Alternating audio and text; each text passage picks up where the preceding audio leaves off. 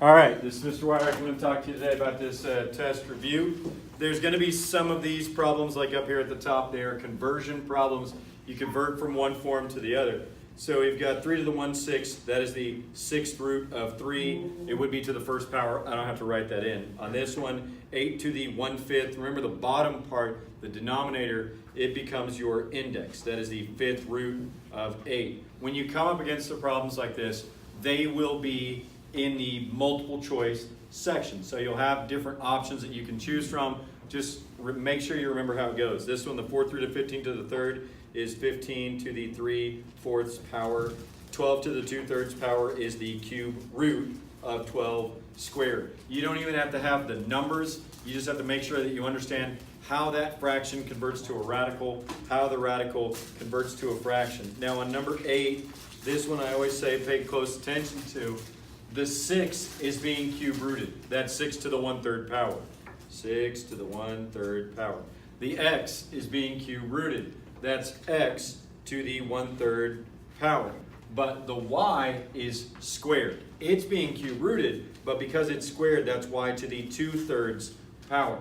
They're separate. It's different because not all of them are to the 2/3 power, and you can't just leave the 6 and the x alone.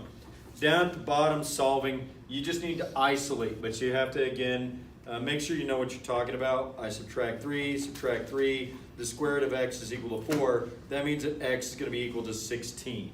The square root of 16 is 4. When you come up on this one, you subtract 1,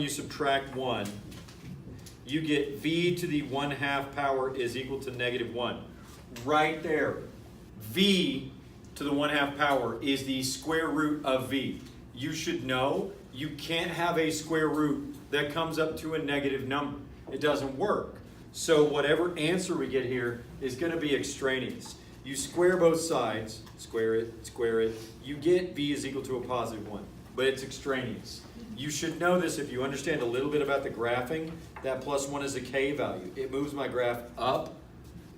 It's not going to touch 0 except on this phantom bottom half that we just don't have. All right? Coming down through this, again, like this is the 1/3 power. We are going to cube to get rid of that. We cube, that's 2d plus 3 is equal to 2 cubed is 8. Minus 3, you get 2d is equal to 5. So that means you're going to have d is equal to 5 halves. Not a problem, not a wrong answer, just because it's a fraction. On number 18, again, you have to be careful, but it's cube root. You can have negatives. It's not going to affect it.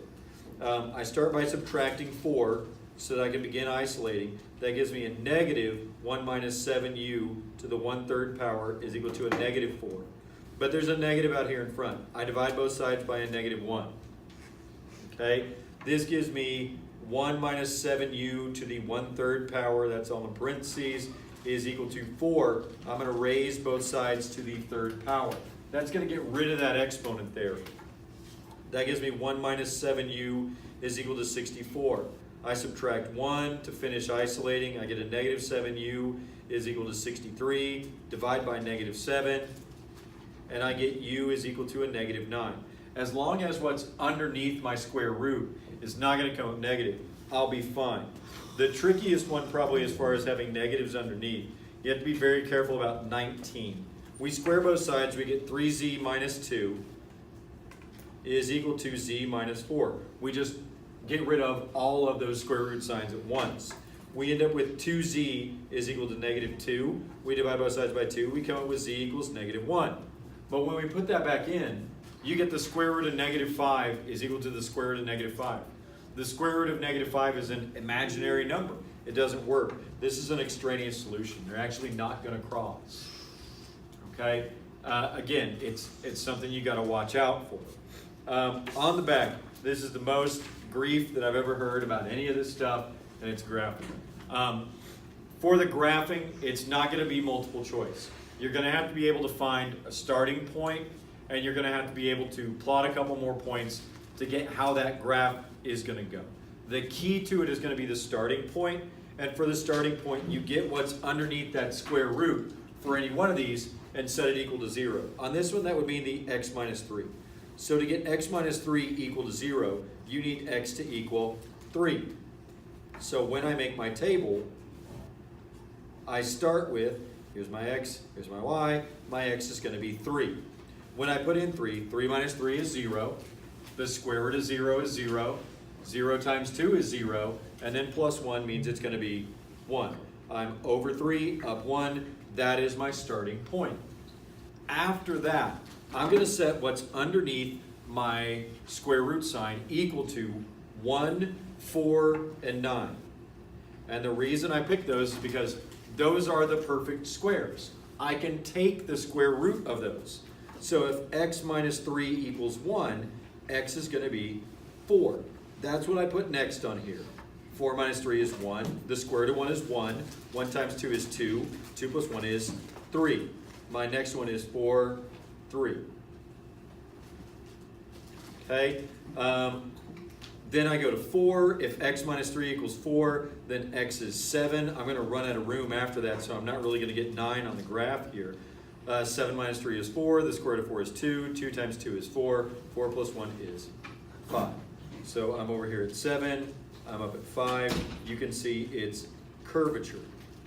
Okay? I was absent the day that we did the notes over graphing, which means I made a video that's the notes over graphing. It's still in the Google Classroom. You still have access to it. So all you have to do is you can track that video down. You can still watch that video. If you have other questions about this review, come to me with those questions. But that A, H, and K, how to shift the graph and what those different things mean, those are already there. So all you have to do is you can look that up. You can watch that again. And again, they're going to be like this one. Okay, they're going to be like number 28. I cut out the ones that had a B value because I don't like what the B value does to the H value. So you should be able to very easily set these equal to 0, 1, 4, and 9, solve through and get a table if you don't understand how to make it shift. Okay? All right.